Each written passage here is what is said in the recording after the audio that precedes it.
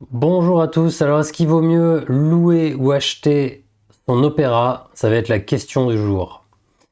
Alors on entend parler en ce moment dans l'actualité de l'opéra Bastille et je trouve intéressant de faire le parallèle avec l'achat d'une résidence principale, notamment l'achat de ses bureaux, puisqu'on va voir que ça n'a pas été vraiment une réussite en termes financiers, cette construction.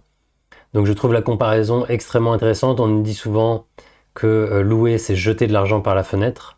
Mais on va montrer aujourd'hui avec l'Opéra Bastille que l'État français aurait été mieux inspiré d'investir son argent sur le Nasdaq, par exemple, plutôt que de construire cet opéra. Alors, on a eu plusieurs articles dernièrement. On estime donc la Seine risque de s'écrouler. Certains estiment les travaux à 400 millions, certains 600 millions. Donc ça commence à faire beaucoup d'argent qui s'ajoute évidemment au coût de construction, sans compter le fait que cet opéra va être fermé pendant les travaux et certains estiment la durée des travaux jusqu'à 10 ans, ce qui me paraît énorme. Alors, j'ai ma prise de notes à droite et puis quelques petits articles fort intéressants sur la gauche. Alors, euh, tout d'abord, on va parler du budget annuel qu'on a pour une maison. Alors, on a souvent tendance à oublier quand on achète, il y a la taxe foncière qui représente évidemment un coût annuel et qui est allé sur 20 ans, 30 ans, 40 ans, représente quand même beaucoup d'argent in fine. On a également éventuellement la taxe d'habitation, notamment en résidence secondaire, avec une taxe d'habitation même qui va être augmentée souvent dans les communes lorsqu'on est sur une résidence secondaire. Et puis on a l'entretien.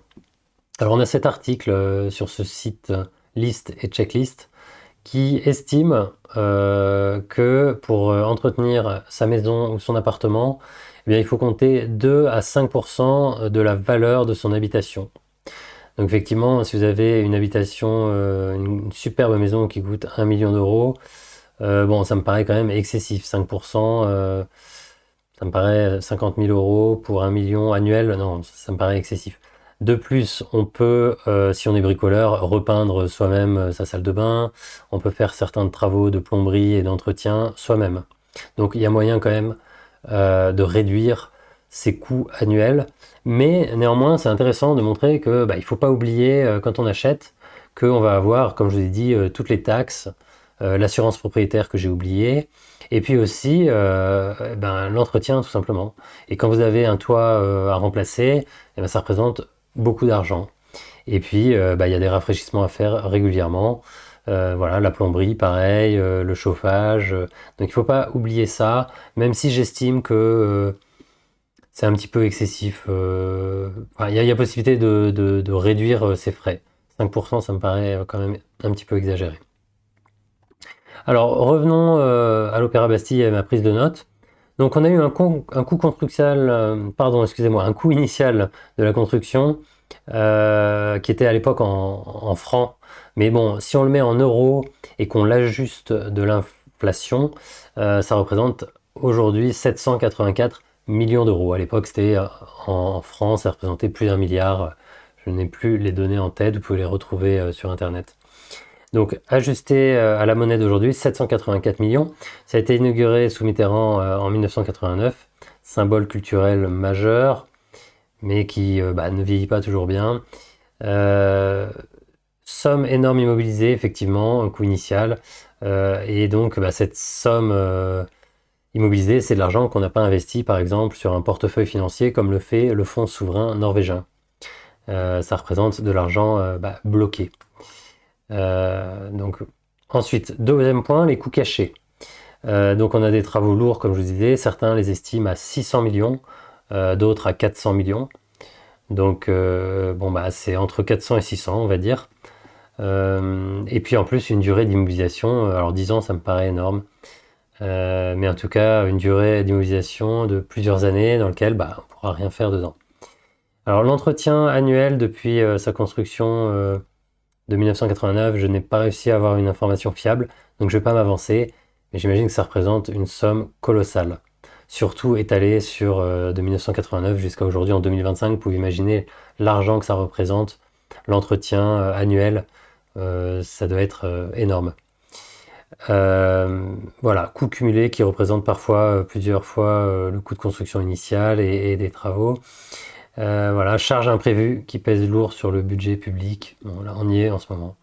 Donc c'est là où on voit que si on louait, si l'État français louait ce local, eh bien, il aurait de la flexibilité, il pourrait partir, il aurait de flexibilité à 100%, quoi.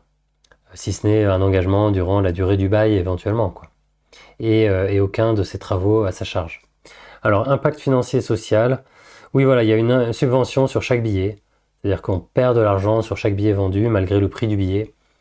Alors, c'est contesté parce que certains considèrent que ça favorise en plus les classes aisées qui vont qui vont à l'opéra. Bon, ça, c'est pas forcément le problème en soi. Mais effectivement, on a des subventions, on n'est pas autosuffisant. Alors, je pense que ces subventions ne couvrent pas uniquement les frais immobiliers, mais couvrent également la masse salariale qui est considérable, et puis les artistes qui doivent être rétribués, évidemment. Donc, bon, il y a un déficit sur chaque événement, donc il y a une subvention publique. Ensuite, quatrième point, oui, flexibilité, comme je disais tout à l'heure, offerte par la location comparativement à l'achat. Donc pas de capital immobilisé initialement, qui représente une somme monstrueuse. Pas de coût fixe, voilà, une flexibilité, une adaptation possible en fonction des besoins. On peut déménager carrément en banlieue ou dans un autre endroit à Paris. Voilà, une flexibilité absolument totale lorsque l'on est locataire. Et puis on peut libérer son capital pour d'autres investissements, comme le fait si bien la Norvège avec le fonds souverain norvégien, qui est un des plus gros fonds au monde. Alors voilà, je me suis amusé à faire un exemple rendement financier. Alors j'ai demandé à ChatGPT, il faudrait que je vérifie quand même sur JustTF si c'est la vérité révélée. Ça demandera l'objet d'une autre vidéo. Bon, sur 4 décennies, on estime, ChatGPT estime à x45. C'est-à-dire que ça vaudrait aujourd'hui 35 milliards d'euros si on avait investi ces 784 millions. Donc ça montre que la bourse, sur le long terme, est plus rentable que l'immobilier. En partant sur un rendement annuel moyen de 10% et avec l'effet boule de neige. Donc voilà, bâtiment actif et liquide, non générateur de revenus, alors que l'investissement financier actif liquide et potentiellement avec l'effet boule de neige, une rentabilité exceptionnelle. Et donc, on s'aperçoit là que louer n'est pas nécessairement jeter de l'argent par la fenêtre si on décide de bien investir son capital épargné. Alors en conclusion, construire un mastodonte immobilier coûte souvent très cher, engendre des charges d'entretien et de rénovation majeures dans le temps. C'est plus que majeur, là c'est monstrueux. Et la location à l'inverse permet la souplesse, l'économie, et on n'a pas de capital initial immobilisé, on peut l'investir dans autre chose. Voilà, investir intelligemment ailleurs peut générer un rendement supérieur. L'Opéra Bastille illustre pourquoi louer est parfois mieux qu'acheter. Donc dans cette vidéo, je vous dis pas qu'il faut pas acheter sa résidence principale. Je vous dis juste qu'il faut bien faire ses calculs, ne pas oublier la taxe foncière, les travaux, l'assurance propriétaire. Voilà, il faut tout prendre, les frais de notaire également, les frais de crédit, les frais d'emprunt lorsque les taux sont pas attractifs et sur une durée longue. Donc il faut bien prendre en considération tous ces éléments à froid et en essayant de ne pas avoir trop d'émotions pour pouvoir faire le bon choix. Mais évidemment, il est tout à fait possible de trouver... Enfin voilà, il peut être très intéressant d'acheter sa résidence principale, sa résidence secondaire. C'est à voir au cas par cas. Je ne donne pas de conseils en investissement là-dessus. Simplement, voilà, réfléchissez bien avant de signer au pour et au contre. Il y a toujours des avantages, des inconvénients dans chaque situation. Voilà, j'attends vos questions, vos remarques. N'hésitez pas à vous abonner. Et puis, j'espère qu'on va trouver une solution pour cette Opéra Bastille. À bientôt.